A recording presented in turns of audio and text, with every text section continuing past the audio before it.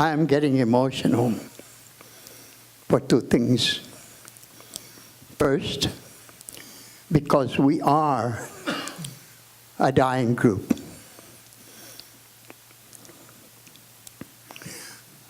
Second, because we are not doing it the right way. Survivors spoke about the pain of waiting Saturday, waiting for recognition of their suffering during the Japanese occupation of World War II. He took out his sword and he came after me with his sword. He must be an expert swordsman because he swung that sword right to me. I froze. I closed my eyes and I froze when he did that. But anyway, I escaped that. It is time, they said, to push harder for recognition of that suffering in the past. Let's not deal about, oh, who's going to do this, who's going to do that. Just sit down and think about what positive things needs to be done to confront the federal government to give us our right in our own island.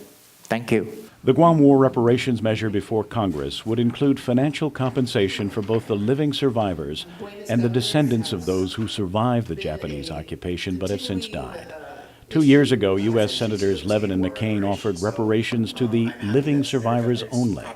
But Congresswoman Madeline Bordallo rejected that offer after consulting with Guam legislative and government leaders. Saturday's forum was about generating new ideas to win passage, and Speaker Judy Wonpat talked about different ways to recognize that suffering.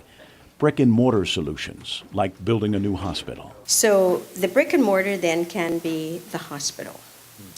And we really rethink Guam Memorial Hospital, that it is a memorial hospital, but now in memory of all those who have died, all the survivors, that when you walk in the foyer, the first thing you see etched into the foyer would be all of the names listed. And Senator Judy Gutherts talked about a grassroots campaign to lobby Congress for settlement of the long-standing issue.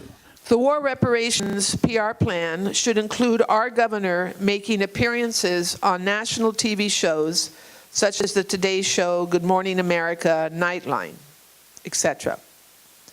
Use large billboards in the Washington, D.C. area that cannot be missed by members of Congress, Interior, and the Pentagon about the forgotten Americans who are still waiting for war reparations from their World War II occupation.